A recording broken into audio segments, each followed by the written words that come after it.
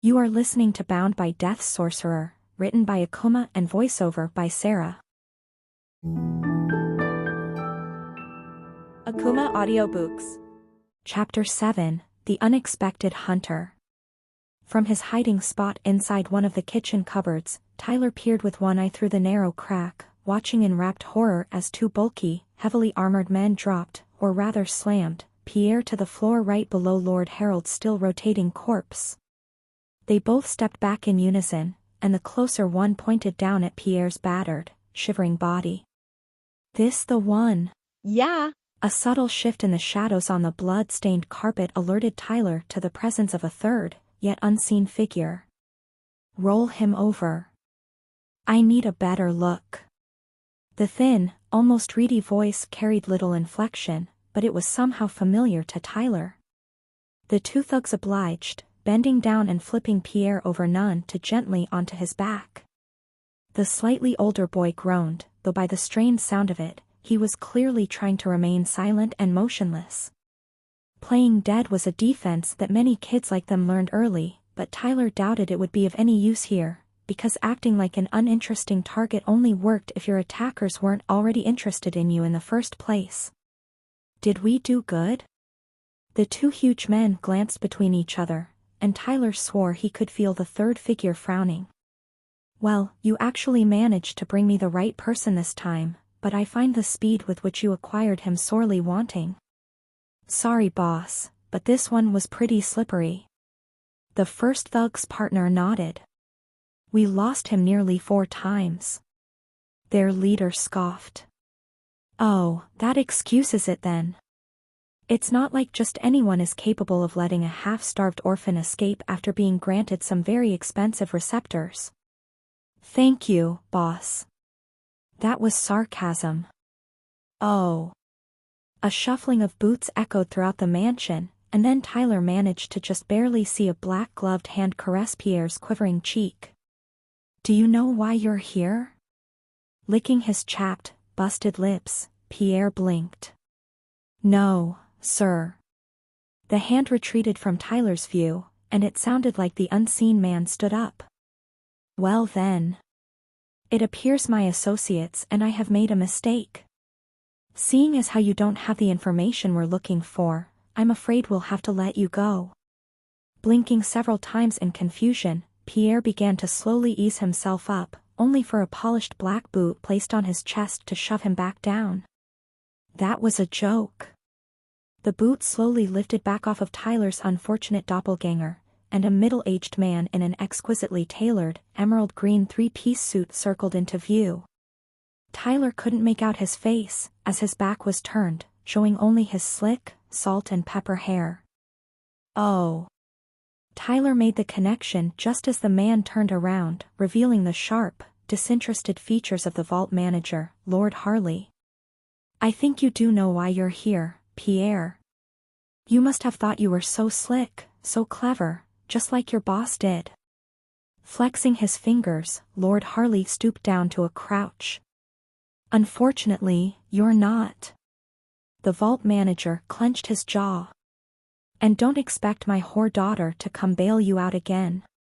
Pierre shivered, and Lord Harley caressed his cheek one more, before gently trailing a finger down his neck. Glancing back to his minions, Lord Harley pursed his lips. "Leave us." The two men turned to depart, only for their master to snap his fingers, freezing them in place.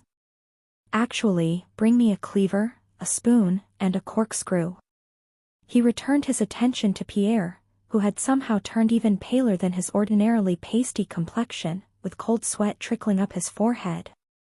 "Every self-respecting man has to have a corkscrew in his kitchen," Lord Harley muttered. Tyler himself was sweating hard.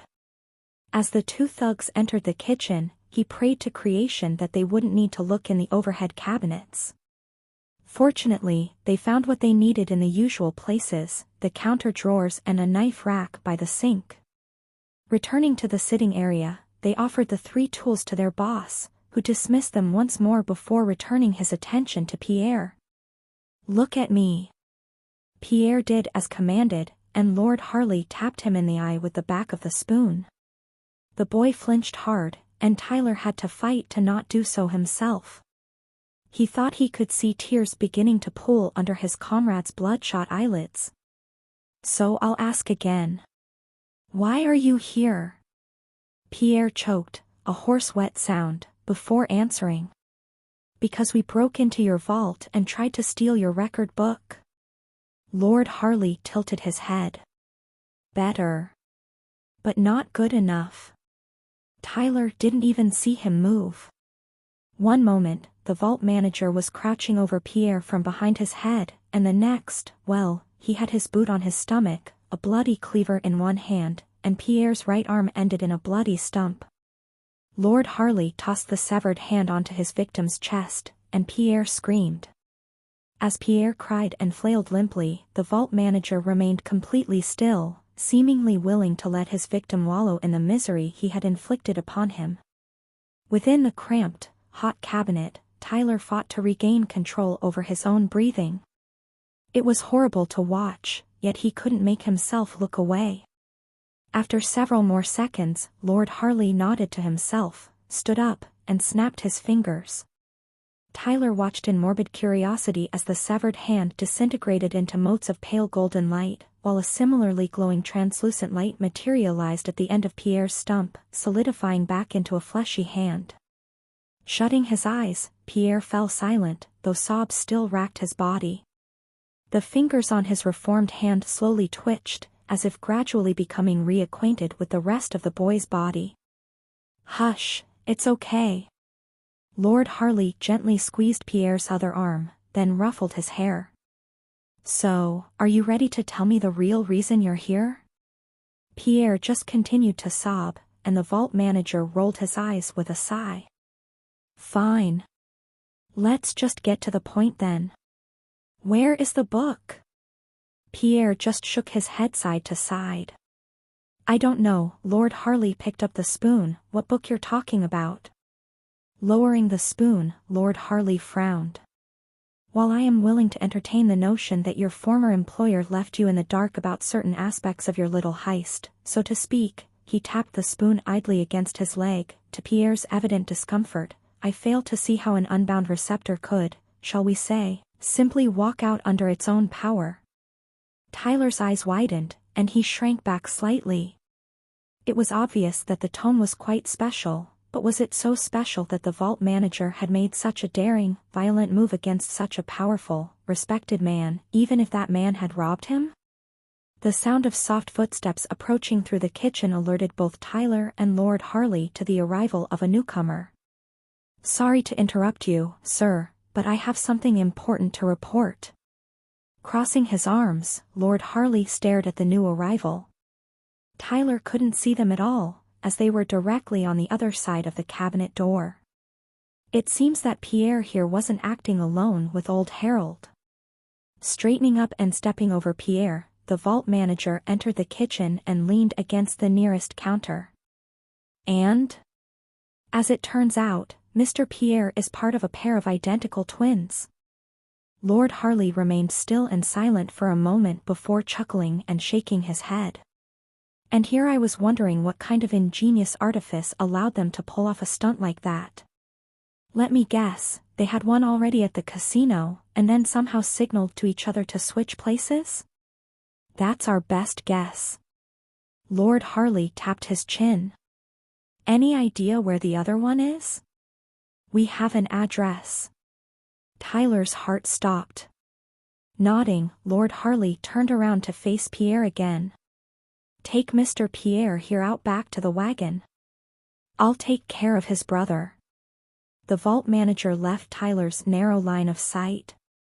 Wait, do you have the address? Written down here. Tyler's heart was once more racing. He knew of places he could hide, his time on the street hadn't been completely unproductive. But that's not what worried him. Classes would have ended for Emily just a few minutes ago, and she would already be on her way home. And the kids were probably just wrapping up their lunch. Tyler ran. He had no hope of catching Emily along her route, and either way, they would both agree the kids were more important. His only hope was to get to the apartment before Lord Harley and his minions did. He had forced himself to count to 120 after the two men left, along with Pierre, just to be sure that he wouldn't run into them on his way out. It had been excruciating, and he had practically leapt out of the cabinet once he finished, with complete disregard for being at all discreet. He couldn't let such a monster anywhere near his family. Even with his mind racing, Tyler couldn't help but notice that a storm was definitely coming. As he dashed through the park, he began to feel a faint spray of mist on his cheeks, and the light level was positively gloomy. It would make getting them all to safety easier, at least, as the rain and darkness would provide at least a little bit of cover, assuming he could get there in time. He did have one potential advantage. If Lord Harley weren't traveling by foot, then he would have to take the main streets, whereas Tyler could weave in between obstacles and through narrow alleyways. Of course, that assumed that Lord Harley wasn't also running, a possibility Tyler couldn't entirely discount. The man had seemed pretty pissed about how long it took his mooks to apprehend Pierre, after all, and he also seemed more than capable of handling such a situation himself. Finally, Tyler made it through the gate. He took the stairs two at a time without slowing down, straining his already exhausted body to the limit. The door to his apartment was closed.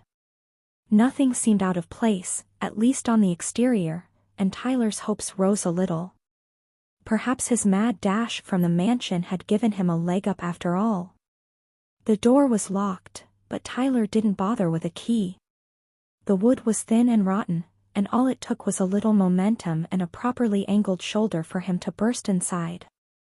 He half expected screams of alarm, but the only sound that greeted him was the creaking and crackling of the splintered wood. Stepping further inside, Tyler scanned the deserted apartment anxiously. There were no signs of life, but no signs of a struggle either. Putting his hands on his knees, Tyler took big, gulping breaths. His lungs and legs were both burning, and he could literally feel a huge rush of blood rising up to his head. Wiping his dampened forehead, Tyler straightened up and looked around again. If neither his family nor Lord Harley's forces had arrived yet, perhaps he should find a place to hide outside. That way, there was a slim chance he could prevent them from running into each other. Just as he was about to turn around to go back onto the balcony, the closet door swung open, and Tyler froze. A dark-haired, sharp-featured young woman stepped out, and she was armed and armored to the teeth. Tyler gulped. She grinned, revealing unnaturally long and sharp canines. "Looking for someone?" Tyler began to back up towards the open door, but before he could get so much as 2 steps, she had a crossbolt aimed at his chest. "Not so fast." Tyler swallowed again, and the woman tilted her head with a frown. "You know, my boss said he needed you alive, but he didn't give any other qualifications on your condition." Tyler actually had to stop himself from rolling his eyes. What an incredibly stupid thing to say to someone you were holding at weapon's point. He licked his lips. "You're after the book, aren't you?" Ah. "So you do know." Tyler did roll his eyes this time. "This one must not be very bright." "Well, here you go, then." Tugging on that familiar sensation within his mind, Tyler conjured the book and lazily tossed it towards her in one fluid motion. Dropping her crossbolt, she caught it in both hands, glancing down at her hands in confusion. By the time she looked back up, Tyler was already out of the door. Akumah Audiobooks.